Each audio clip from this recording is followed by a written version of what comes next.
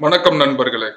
இன்று நம்ம viral கார்னரோட வைரலான news இன்னைக்கு என்ன அப்படின்னு பார்த்தோம்னா, மும்பை குர்லா காம்ப்ளெக்ஸ் அந்த ஏரியால கரெக்டா நேத்து நைட்டு, அதாவது டேட் பார்த்தீங்கன்னா 9ஆம் தேதி 9:30 மணி அளவில் குர்லா பாந்த்ரா காம்ப்ளெக்ஸ் சைடு ஒரு பயங்கரமான ஆக்சிடென்ட் நடந்திருக்கு.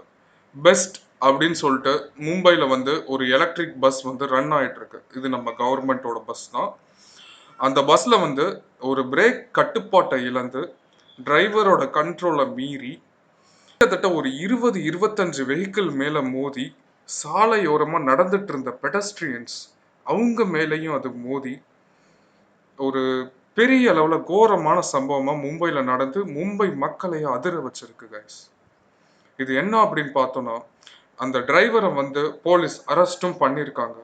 பட் ஆனால் டிரைவர் கிளைம் பண்றது என்ன விஷயம் அப்படின்னு பார்த்தீங்கன்னா, அவர் பிரேக் கட்டுப்பாட்டை இழந்துருச்சு, என்னால் எதுவும் பண்ண முடியல அப்படின்னு சொல்லிட்டு சொல்லியிருக்காரு.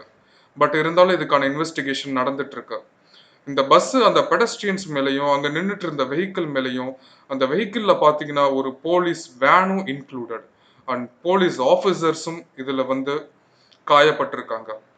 ஸோ இந்த ஆக்சிடென்ட்னால ஸ்பாட்லேயே 7 பேர் உயிரிழந்திருக்காங்க நண்பர்களே.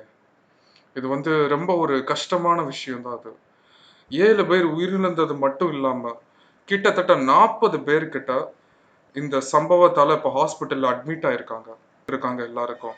பட் ஆனால் அவங்க வந்து சொல்ற ஒரு விஷயம் என்னன்னா, டெத் டோல் இன்னமும் இன்க்ரீஸ் ஆகும் அப்படின்னு சொல்லிட்டு சொல்லியிருக்காங்க டாக்டர்ஸ்.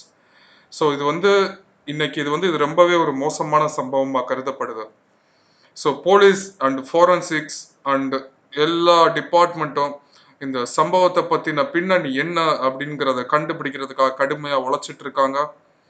ஸோ வருங்காலத்தில் இதோட அப்டேட் என்ன வருதுன்னு நம்ம கூடிய சீக்கிரம் தெரிஞ்சுக்கலாம்.